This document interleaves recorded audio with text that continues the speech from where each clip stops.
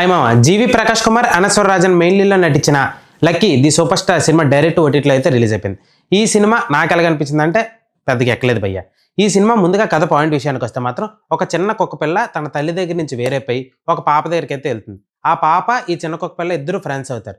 దాని తర్వాత ఆ పాపను కూడా తప్పిపోయి ఆ కుక్క పిల్ల ఎవరెవరి దగ్గరికి వెళ్ళింది, చివరికి ఆ పాప దగ్గర చేరిందా లేదా, ఆ తల్లి ఈ కుక్క పిల్ల కోసం ఎలాంటి సాహసాలు చేసింది, దీని చుట్టూ వెళ్ళిన కదే టోటల్ ఈ సినిమా కథ.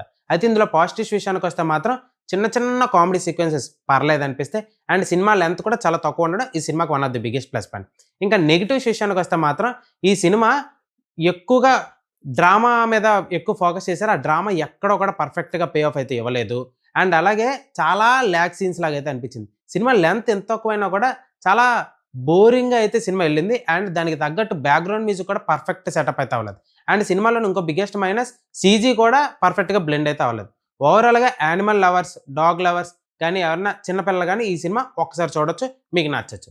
ఈ సినిమా జియో హాట్‌స్టార్‌లో స్ట్రీమింగ్ అవుతుంది, ఒకసారి చూసండి. మరిన్ని మోర్ ఫిల్మీ అప్డేట్స్ కోసం సబ్స్క్రైబ్ టు షుగర్ ఛానల్ మామ.